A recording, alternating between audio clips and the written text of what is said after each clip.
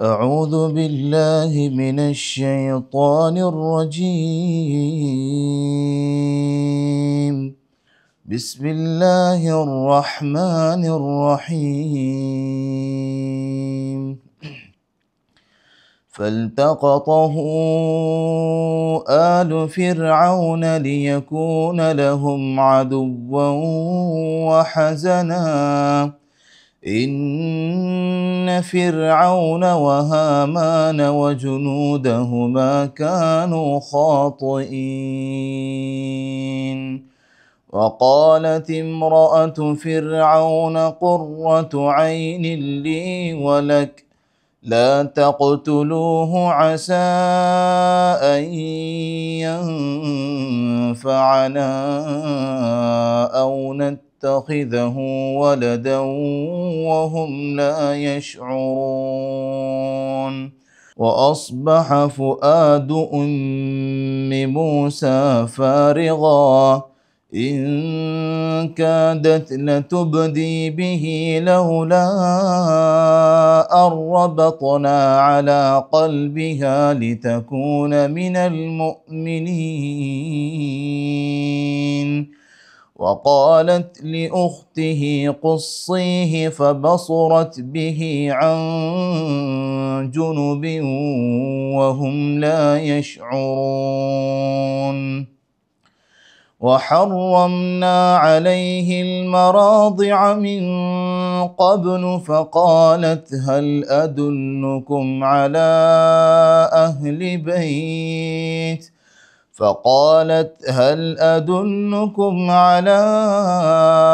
أهل بيت يكفلونه لكم وهم له ناصحون. فرددناه إلى أمه كي تقر عينها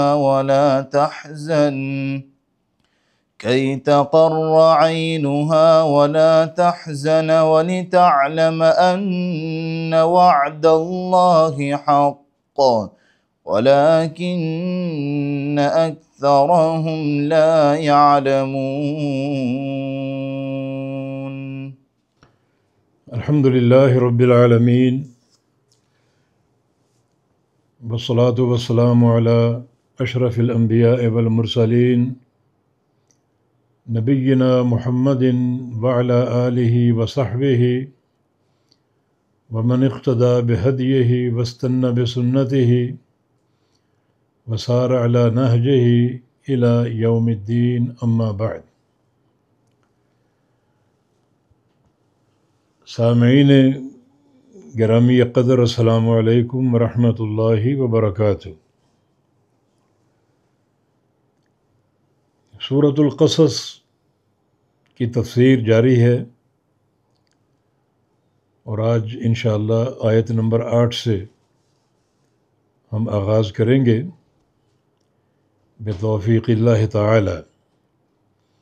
اعوذ باللہ من الشیطان الرجیم من حمزه ونفخه ونفثه بسم اللہ الرحمن الرحیم۔ فالتقطه آل فرعون ليكون لهم عدوا وحزنا إن فرعون وهامان وجنودهما كانوا خاطئين۔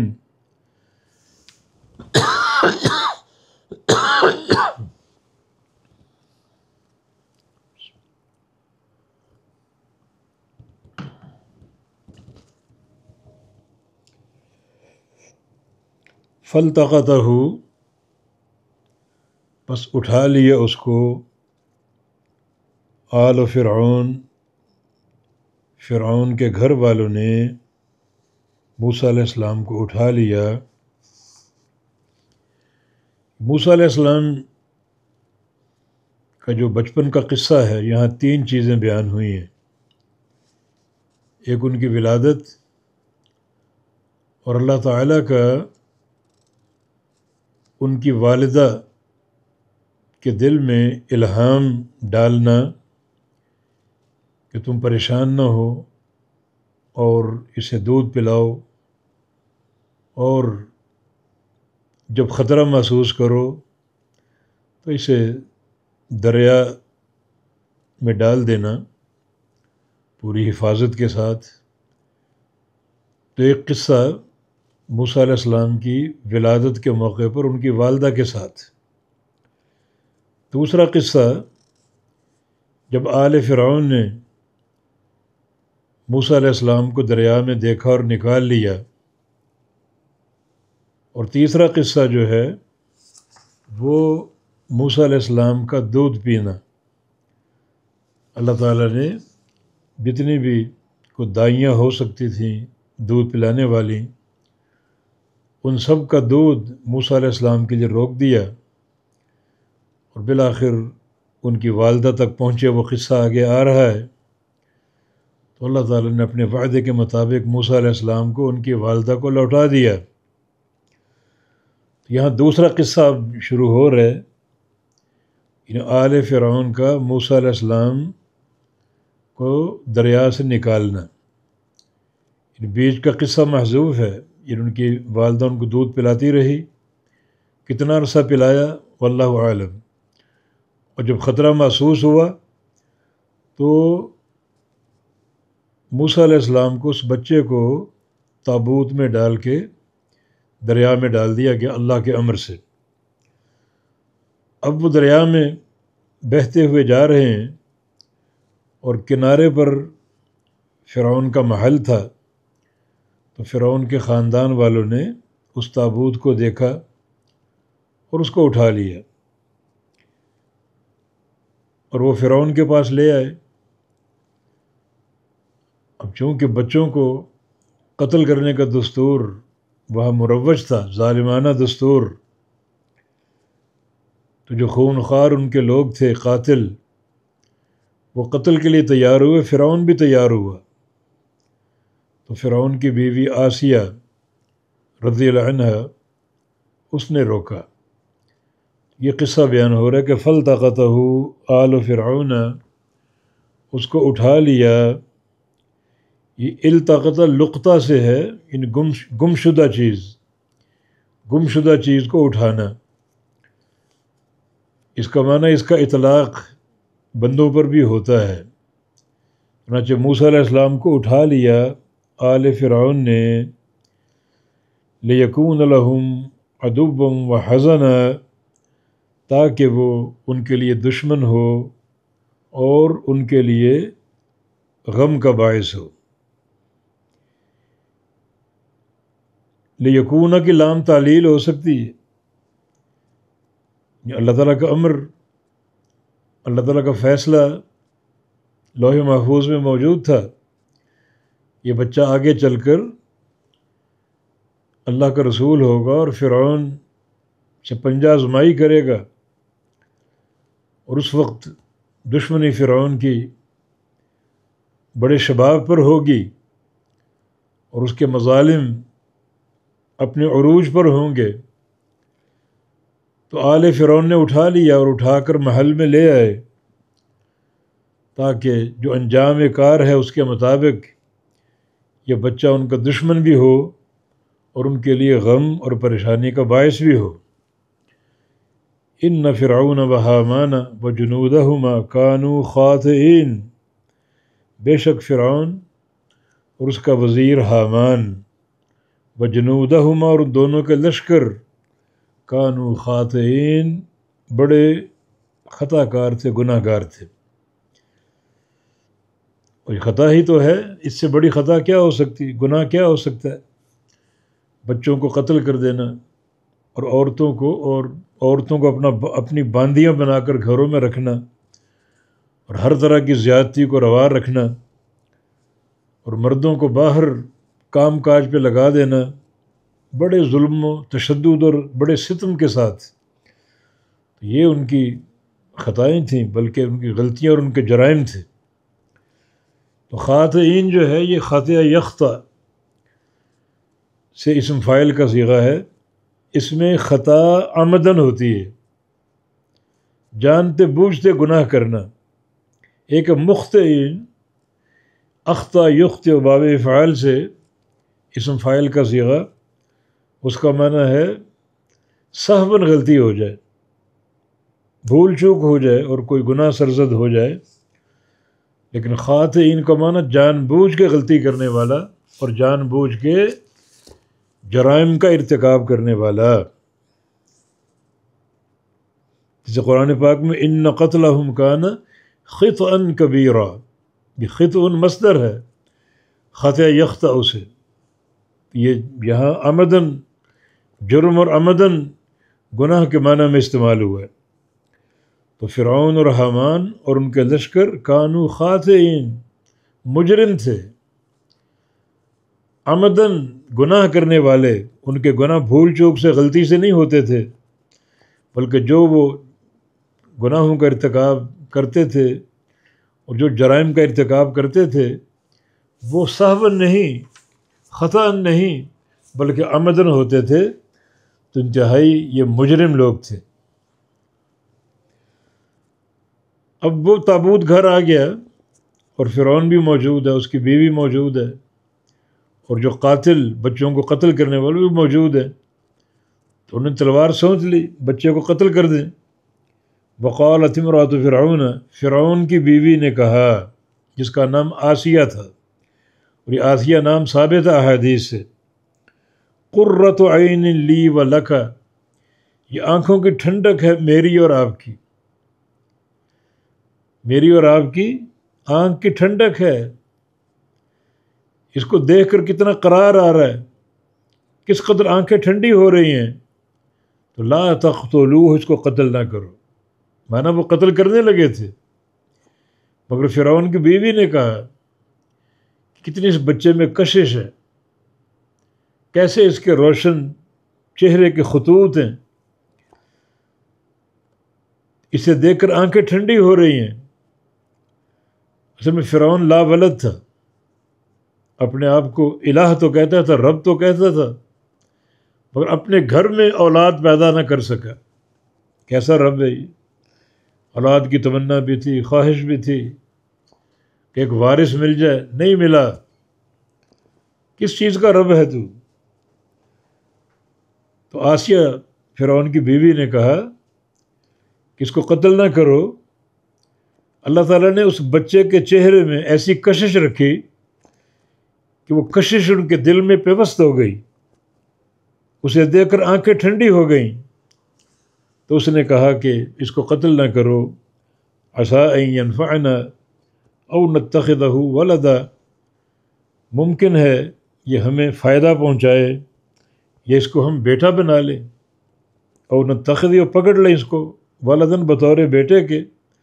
وہم لا یشعرون، اور وہ سمجھ نہ رکھتے تھے، شعور نہ رکھتے تھے. تو فرعون کی بیوی نے یہ بات کہی، فرعون نے نہیں کہی، اس کو یہ بات کہنا نصیب ہی نہ ہوئی. فرعون کی بیوی نے دو باتیں کی، ایک عسیٰ ان ینفعنا، ہمیں یہ نفع دے، او نتخذہ ولدا، یا اس کو ہم بیٹا بنا لیں. اللہ نے نفع دیا. وہ نفع کیا تھا؟ اللہ نے آسیہ فرعون کی بیوی کے دل میں ہدایت ڈال دی. جو موسیٰ علیہ السلام نے دعوت دی توحید کی، اس کی بیوی کو اللہ نے سمجھ دی اور اس نے وہ دعوت قبول کر لی. یہ نفع ہو گیا نا اس کو، اس نے نفع کی بات کی تھی، نفع ہو گیا. فرعون نے یہ بات نہیں کی. فرعون آخر وقت تک ظالم جابر رہا اور حتیٰ کہ غرق ہو گیا اپنی پوری سپاہ کے ساتھ. اور پھر اس کا ایمان بڑا مضبوط ہو گیا. آسیہ زوجہ فرعون کا بڑا مضبوط ایمان ہو گیا. بڑی اس کو تکلیفیں دی گئیں، میخیں گاڑی گئیں ہاتھوں پاؤں میں، مگر اس نے یہ سارے مظالم برداشت کر کے اللہ تعالیٰ سے دعائیں کیں کہ مجھے اپنے پڑوس میں جنت میں گھر عطا فرما دے. اس کی نیکی اور تقوی اور ورع تھا. نبی علیہ السلام کی حدیث ہے، کمل من الرجال کثیر، بہت سے مرد کامل ہوئے ہیں، عقیدے کے اعتبار سے، عمل کے اعتبار سے، منہج کے اعتبار سے، خلق کے اعتبار سے کامل ہوئے ہیں. عورتیں بہت کم کامل ہوئیں، لیکن آپ نے دو عورتوں کا ذکر کیا کہ وہ کامل ہوئیں. ایک آسیہ امرات فرعون اور دوسری مریم بنت عمران. مریم بنت عمران یہ دو عورتیں کامل ہوئی ہیں. ایک حدیث میں ایک اور عورت کا ذکر ہے، خدیجہ بنت خویلد، نبی علیہ السلام کی بیوی ام المومنین، یہ کامل ہوئی ہیں. باقی عائشہ کی بات فرمایا کہ فضل عائشہ علی سائر النساء کفضل الثرید علی سائر الطعام. عائشہ کی فضیلت، عائشہ کی فوقیت ساری عورتوں پر کیسی ہے؟ جیسے سرید ایک کھانا ہے، اس کی فوقیت اور فضیلت تمام کھانوں پر. نبی علیہ السلام کو سرید کھانے سے محبت تھی. سرید سے مراد کوئی شوربہ ہو، اس میں روٹی ڈال دی جائے اور اس کو خوب نرم کیا جائے، پھر اس کو کھایا جائے. آپ کو یہ بڑا پسند تھا یہ کھانا، اس کو سرید کہتے ہیں. تو عائشہ کی فوقیت تمام عورتوں پر کیسی ہے؟ جیسے سرید کھانے کی فضیلت تمام کھانوں پر. مانا عائشہ صدیقہ رضی اللہ عنہا ام المومنین کا بڑا اونچا مرتبہ اور مقام ہے. تو فرعون کی بیوی نے کہا لا تقتلوا، اس کو قتل نہ کرو، عسیٰ ان ینفعنا، ممکن ہے ہمیں یہ فائدہ دے. اور فائدہ اللہ نے دیا، اللہ نے ہدایت داخل کر دی ان کے دل میں.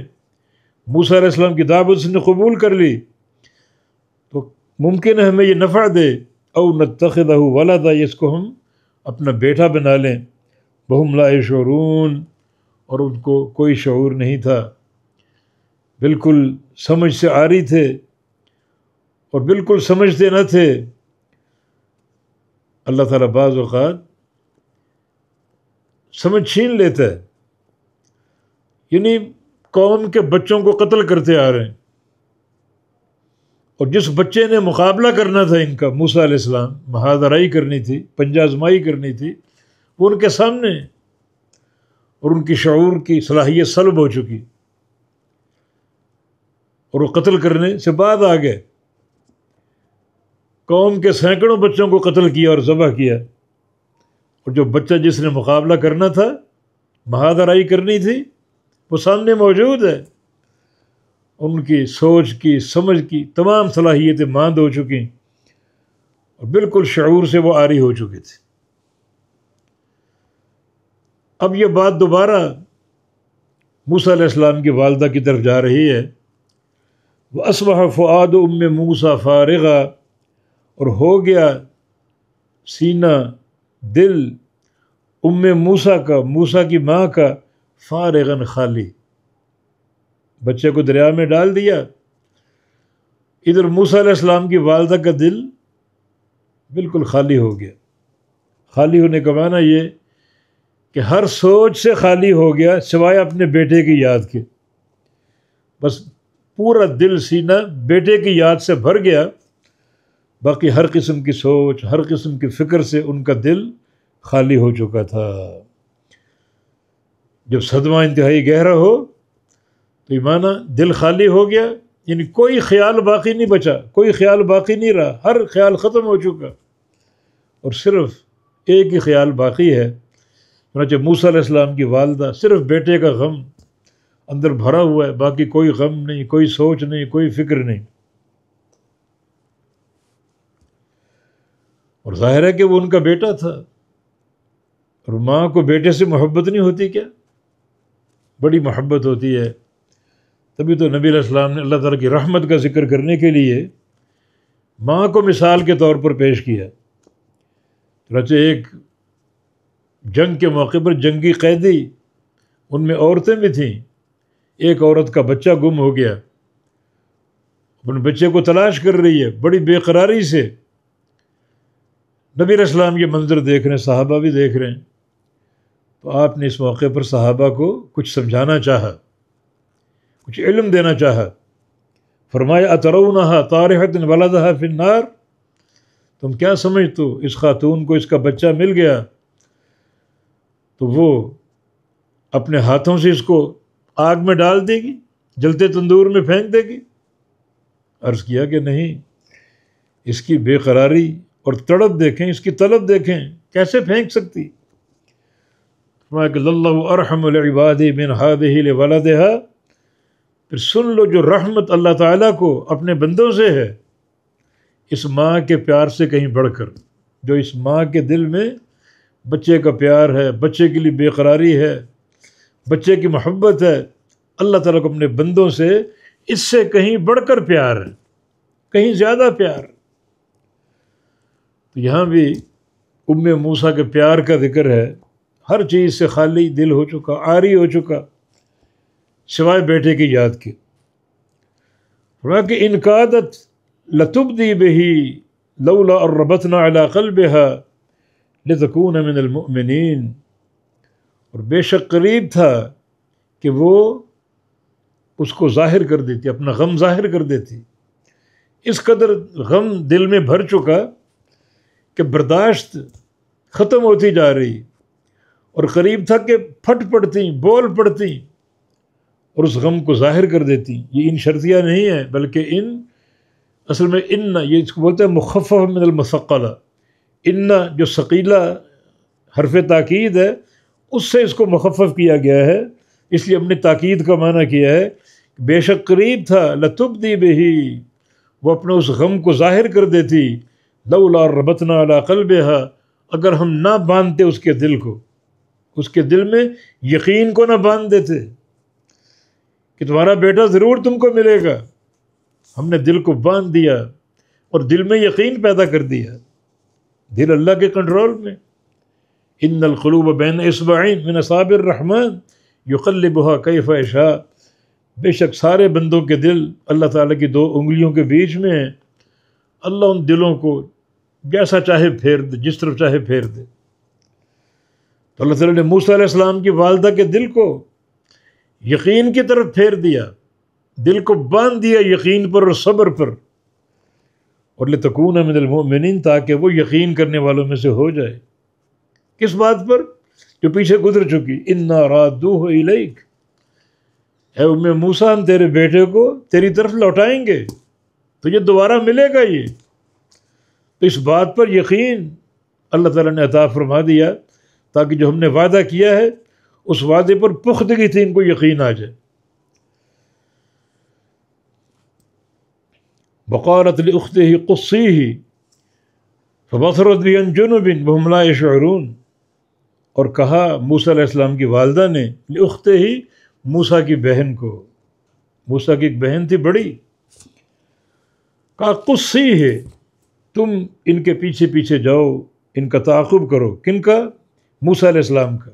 جو تابوت ہم نے ڈال دیا، موسیٰ کو دریا میں ڈال دیا، اب وہ دریا اپنی لہروں کے ساتھ تابوت کو لے جا رہا ہے، تم پیچھے پیچھے چلو اور دیکھتی رہو یہ تابوت کہاں جاتا ہے اور میرے بیٹے کو کون اٹھاتا ہے، تاکہ پوری خبر ہم کو مل جائے۔ یہ موسیٰ علیہ السلام کی بڑی بہن تھی، اور ایک چھوٹا بھائی ہارون، وہ بھی تقریباً 1 سال کا موجود تھا۔ چنانچہ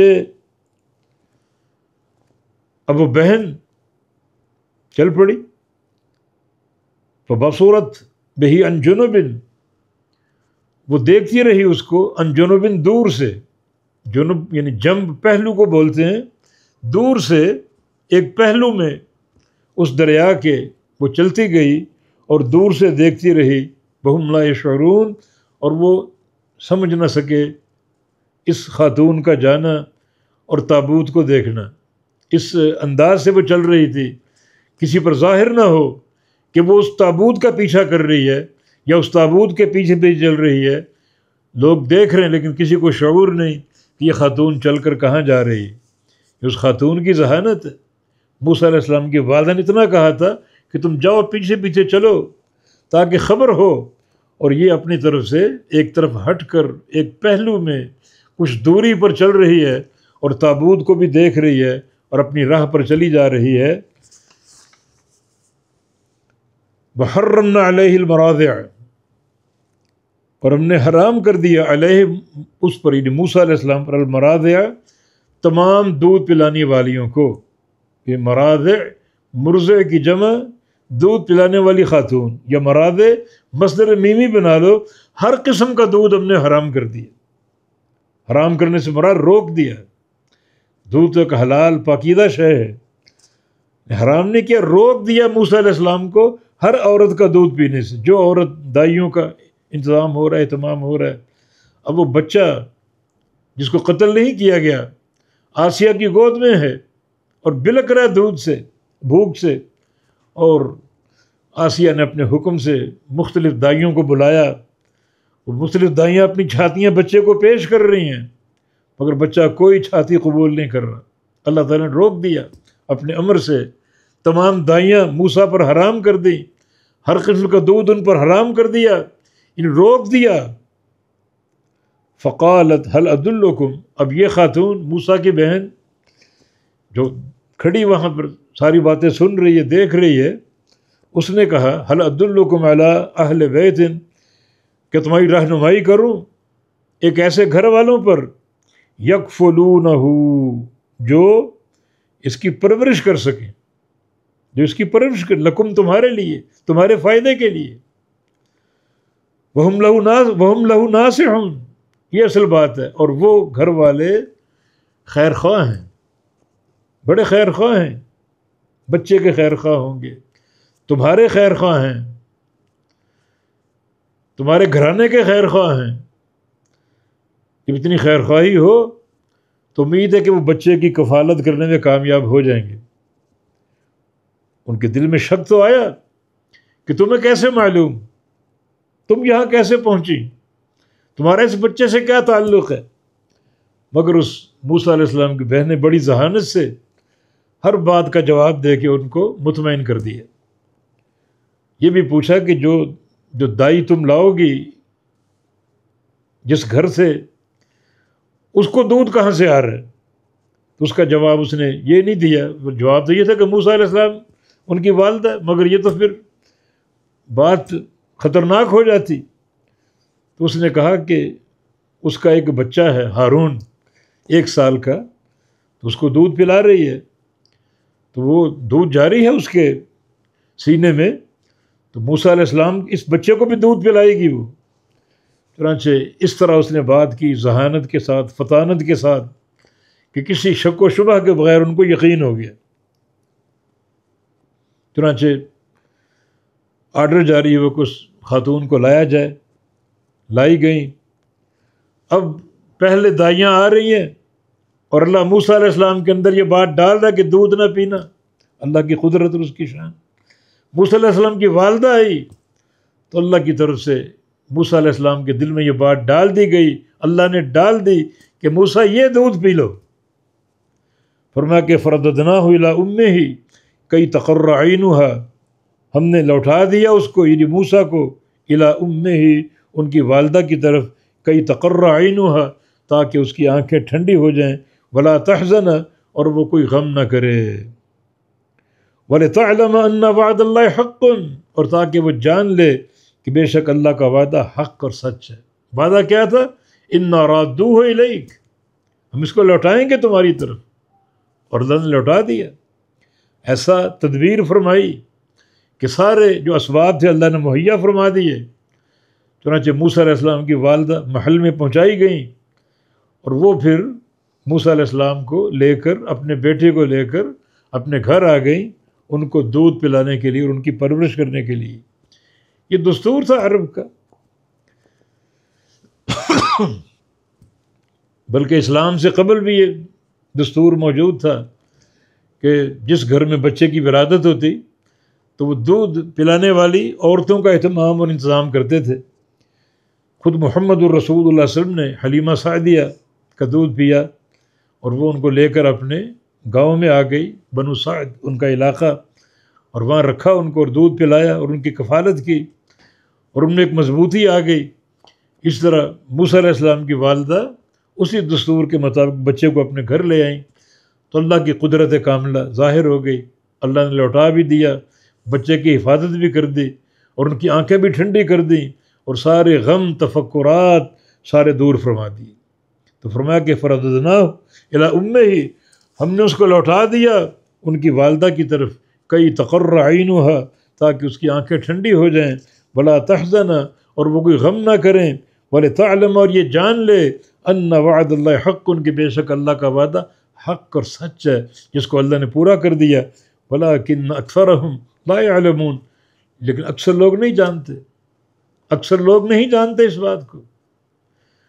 ان کے معاملہ چل رہے ہوتے ہیں اور ذرا کوئی اونچ نیچ ہو جائے تو بدزن ہو جاتے ہیں، ان میں قنوطیت آ جاتی ہے، مایوسی آ جاتی. حالانکہ اللہ پر توکل ہو تو اللہ بڑا کارساز ہے. اس کی خفیہ تدبیریں کوئی نہیں جانتا، خفیہ تدبیریں. دیکھیں اللہ کی تدبیریں. موسیٰ علیہ السلام اپنی والدہ کی طرف لوٹا دیے گئے، جن کو دریا کی لہروں کے سپرد کر دیا گیا. اللہ نے حفاظت کی اور پھر ان کو ان کی والدہ کی طرف پہنچا بھی دیا، بلکہ ایسا پہنچایا کہ ان کی پوری کفالت فرعون کے گھرانے سے ہو رہی ہے. ان کے خراجات اور جو عنایات تھی ان کی، اس کی ایک بھرمار ان کے گھر پہنچائی جا رہی تھی. اور وہ بچہ موسیٰ علیہ السلام اپنی والدہ کا دودھ پی رہے ہیں، جھولی ان کی بھر گئی، آنکھیں ان کی ٹھنڈی ہو گئیں. تو کس طرح اللہ کی تدبیریں ہیں. واللہ غالب علی امرہ، اللہ اپنے امر پر بالکل غالب ہے اور جو چاہتا ہے وہ کر دکھاتا ہے. ہاں لیکن لوگ نہیں شعور رکھتے، ذرا سا کوئی کمی بیشی ہو جائے مایوس ہو جاتے. مگر اللہ کی قدرت، اللہ کی ایک صفت ہے لطیف. اللہ لطیف ہے. لطیف کا ایک معنی اللہ اندرون خانہ خفیہ تدبیریں کرنے والا، جن کو لوگ نہیں جانتے. ظاہری حال کچھ اور ہوتے ہیں اور اللہ کی خفیہ تدبیریں کچھ اور ہوتی. یوسف علیہ السلام کا قصہ، ان ربی لطیف لما یشاء، انہوں نے کہا تھا میرا رب لطیف ہے. کب کہا؟ جب مصر میں پہنچ گئے اور ان کے بادشاہ بن گئے، مصر کے والدین بھی آ گئے، بھائی بھی جمع ہو گئے. میرے رب کی خفیہ تدبیریں دیکھو. ایک ایسا بچہ جس کو کنویں میں ڈالا گیا، کوئی زندگی کے آثار تھے، نہ کنویں سے نکل سکے نہ زندہ بچ سکے، لیکن اللہ کی تدبیر نکالا گیا. پھر ان کو کوڑیوں کے مول بیچا گیا، حتیٰ کہ وہ عزیز مصر کے محل میں پہنچایا گیا. وہاں نوکر اور خادم اور غلام بنا کے رکھا گیا. اور پھر ایک امتحان عزیز مصر کی بیوی کا ان کے ساتھ، اس میں سرخرو ہوئے، پھر جیل میں ڈال دیا گیا. کوئی کہہ سکتا ہے کہ یہ بچہ آگے چل کے مصر کا بادشاہ بنے گا اور اللہ کا نبی بنے گا؟ ظاہری حالات یہ ہیں اور خفیہ تدبیریں کچھ اور ہیں. ظاہری حالات میں کنویں میں گرنا، طرح طرح کی آزمائشیں، غلامی، جیل، اور خفیہ تدبیر اللہ فرما رہا ہے. پھر آگے چل کے نتائج کیا نکلے؟ یہ بچہ آگے چل کے مصر کا بادشاہ بنا اور اللہ نے ان کے سر پہ نبوت کا تاج بھی سجا دیا. تو اللہ پر توکل رکھا جائے. ظاہری حالات کچھ بھی ہو سکتے ہیں، مگر باطنی تدبیریں اللہ تعالیٰ کی اس سے مختلف ہو سکتی ہیں. اگر توکل مضبوط ہو اور اعتماد اللہ پر مضبوط ہو تو اللہ تعالیٰ کسی کو مایوس نہیں چھوڑتا، بلکہ اللہ تعالیٰ مدد کرنے والا اور بڑا نگرانی کرنے والا، اپنے بندوں کے ساتھ بڑا غفور الرحیم ہے. ھذا وبارک اللہ فیکم. اقول قولی ھذا واستغفر اللہ لی ولکم، وآخر دعوانا ان الحمد للہ رب العالمین.